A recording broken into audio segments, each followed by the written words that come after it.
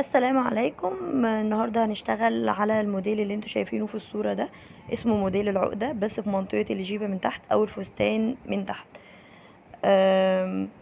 هنبدأ نرسم الباترون الأساسي للجيبة معانا. هنستخدم قلم ومسطرة ومقص عشان هنبدأ نشرح الباترون بتاعنا. ده الأمام كامل طبعا مقسوم بالنص. هناخد نص منه، هناخد الربع اللي هو على شمالنا، والربع ده هنقسمه بالنص. يعني هنشد خط من خط الوسط لخط الديل بس في منطقة النص بالظبط، مش نص الباترون كامل، لا نص الربع. وبعد كده هننزل من نقطة الوسط مقدار 12 سنتي. زي كأننا هنعمل بنسة، بس احنا مش هنعمل بنسة، هناخد نقطة بس. وبعد كده هنبدأ نشد خط ونعمل زي أشعة الشمس في الجيبة من تحت، وهنعمل خطوط عرضية في الجيبة من فوق. وده شكل التشريح بتاع الجيبة دي علشان يديكي شكل العقدة بالطريقة اللي باينة معاكي في الصورة. هنفصل الخط اللي احنا شديناه اللي هو في الربع اللي على الشمال، فصلته خالص. وهتبدأ ترسم الخطوط اللي هتشرح عليها، اللي هي زي أشعة الشمس من تحت، وخطوط عرضية من فوق، خطوط بعرض الباترون كده من فوق، وخطوط زي أشعة الشمس من تحت علشان تدينا الشكل اللي في الصورة.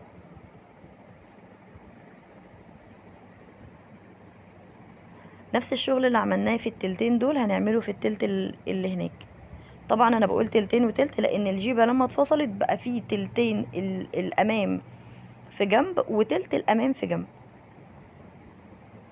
ده كده يعتبر تلت وتلتين. بس لو كنا هنتكلم عن نص الجيبة او الجيبة اللي هي الامام كامل، فده هيبقى نص الربع، وده هيبقى ربع نص وربع.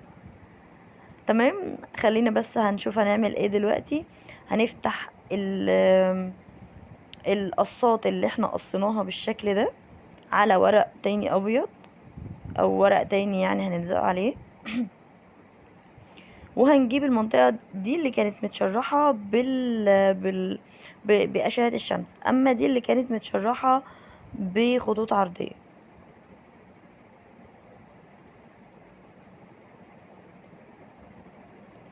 تمام. ده خط الجنب اللي هي بتشاور عليه دلوقتي، ده خط الجنب. احنا هنعكسه، هنخلي خط الجنب ده فوق بالظبط كده.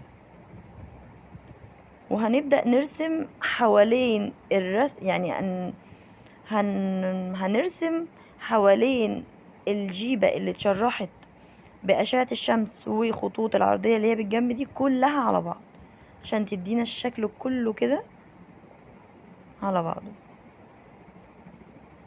هو المفروض تبعده شوية، تبعد الخطوط دي عنها شوية عشان لما تيجي تلفها تديها مساحة للعقدة نفسها.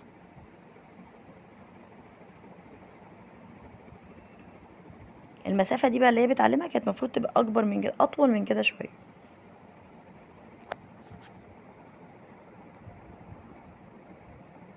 هنبدأ نعلم. بصوا بقى هنا عشان لو ما وضحتش في اللي هناك تفهموها. هنبدأ نشرح اللي على شكل أشعة الشمس، وتبدأ تفتح التشريح بتاعها علشان يديها توسيع في الجيبة يتلم على شكل العقدة أو الكشكشة اللي في العقدة. ده خط الجنب اللي مفروض كان يبقى فوق اللي اتشرح، هي بتقصه وبتفصله خالص، يعني بتفصله اللي هي بتشرحه، ومفروض يبقى هنا لا، هو احنا بنعكسه وبنخليه افقي فوقيه بالظبط كده. وهنبدأ نوسع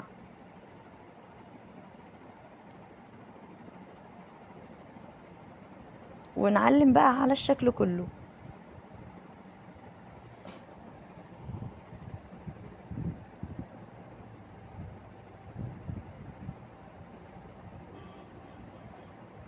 طب ليه كده؟ لان الشكل الافقي ده هيبقى متصل بأشعة الشمس كله على بعضه، ولما نيجي نرجعه هيعمل معانا شكل العقدة.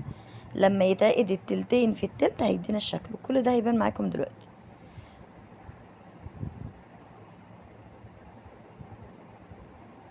متنسوش اللايك على الفيديو لو عجبكم، وما تنسوش الاشتراك في القناة لو انتوا لسه اول مرة تشوفوني، ونكمل لسه مع بعض زي ما احنا.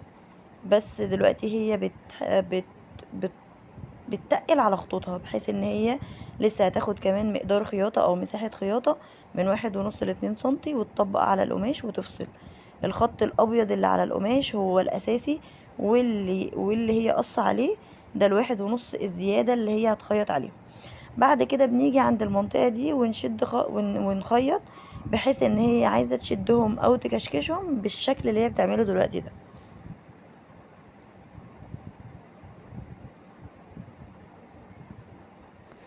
المنطقة اللي فوق دي هترجعها، ايوه كده، واللي هناك هتدخلها فيها، بحيث ان هما الاتنين يعملوا مع بعض عقدة.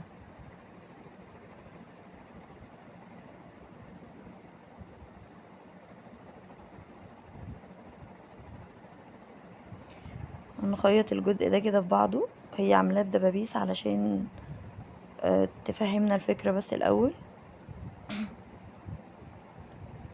والمفروض بقى ان احنا هنجيب ده ونعقدها ندخلها كده وتتخيط، بس هي المفروض كانت تطولها شوية اكتر من كده،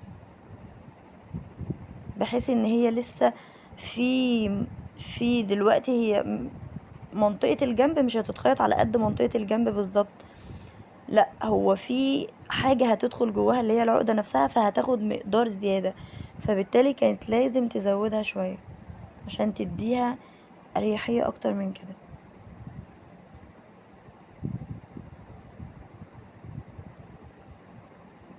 بالظبط، هي بتحاول تريحها بايديها، بس لو كانت زودت شوية في القماش على الباترون كان هيريح معاها جدا لوحده. وده شكل العقدة اللي مفروض يعني يبقى في الجيبة او في الجزء بتاع الجيبة. وعرفنا كده التشريح بتاعنا هيبقى ازاي لو قابلتنا حاجة زي كده او قابلنا موديل زي كده. وهسيبكم بقى مع الصور بتاعة المانيكان عشان تشوفوا كان قصدنا ايه. متنسوش اللايك والشير